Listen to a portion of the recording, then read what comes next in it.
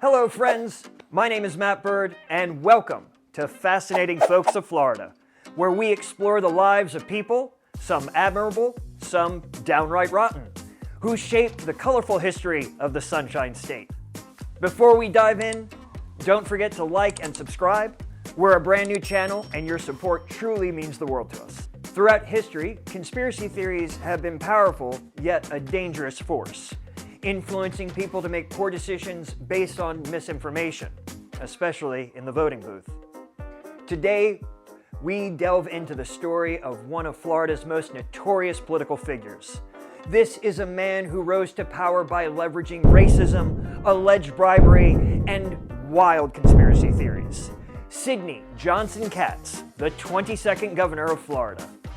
Born in 1863 on his family's Alabama plantation during the height of the Civil War, Catts' upbringing was steeped in Confederate values. His father, Samuel W. Catts, a Confederate soldier, named him after Albert Sidney Johnston, who had fallen in battle. These values heavily shaped Catts' worldview throughout his life. Known as the Cracker Messiah for his fervent racism and anti-Catholic views, Catts initially pursued success in the Democratic Party, but found little traction.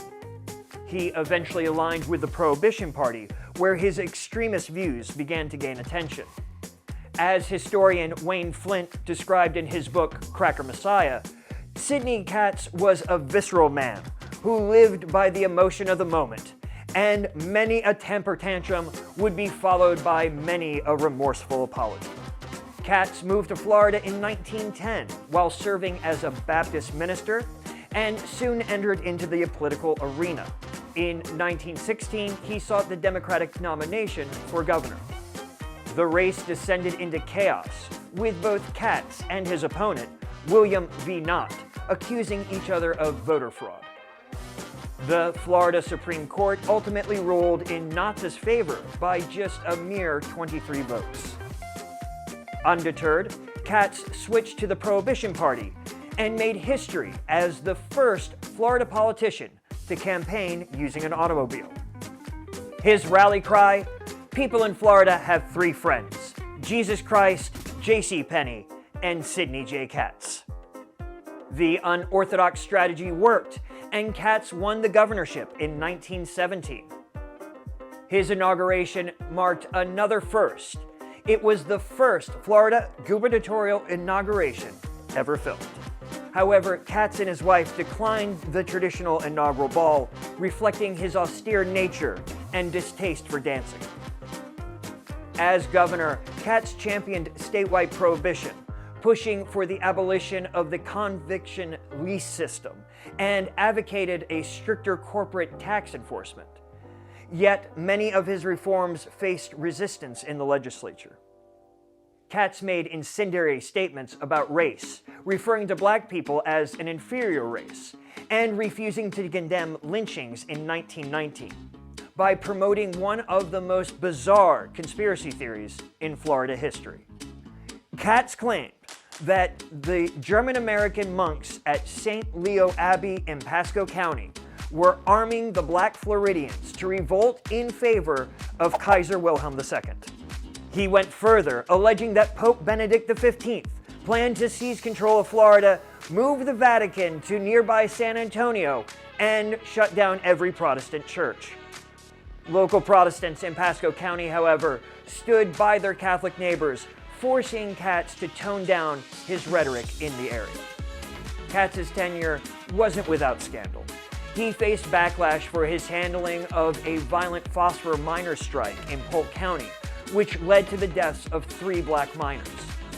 He was also dogged by rumors of bribery and impropriety, including a scheme to sell pardons and appointments. After leaving office in 1921, Catts' political influence waned. His anti-Catholic and anti-German rhetoric lost its appeal after World War I. In 1920, he ran unsuccessfully for the U.S. Senate, losing to Duncan U. Fletcher. In 1929, Catts was indicted on charges of aiding a scheme to distribute counterfeit money. Though his first trial ended in a mistrial, he was ultimately acquitted. Catts spent his final years in Defuniak Springs, engaging in real estate, farming, and, ironically for a prohibition advocate, distilling peach brandy. I heard it was delicious. Interestingly, his views softened in later life, particularly after his son Roser married a Catholic woman. Roser's tragic death at the young age of 33 in 1935 deeply affected Catts.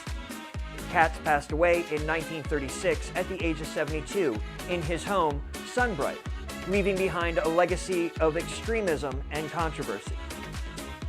Sidney Catts remains one of the most colorful and divisive figures in Florida's history. So what are your thoughts on Sidney Catts? Do you see any parallels with today's politicians? Let us know in the comments below. And don't forget to like and subscribe. Thanks for watching. I'm Matt Bird. We'll see you next time.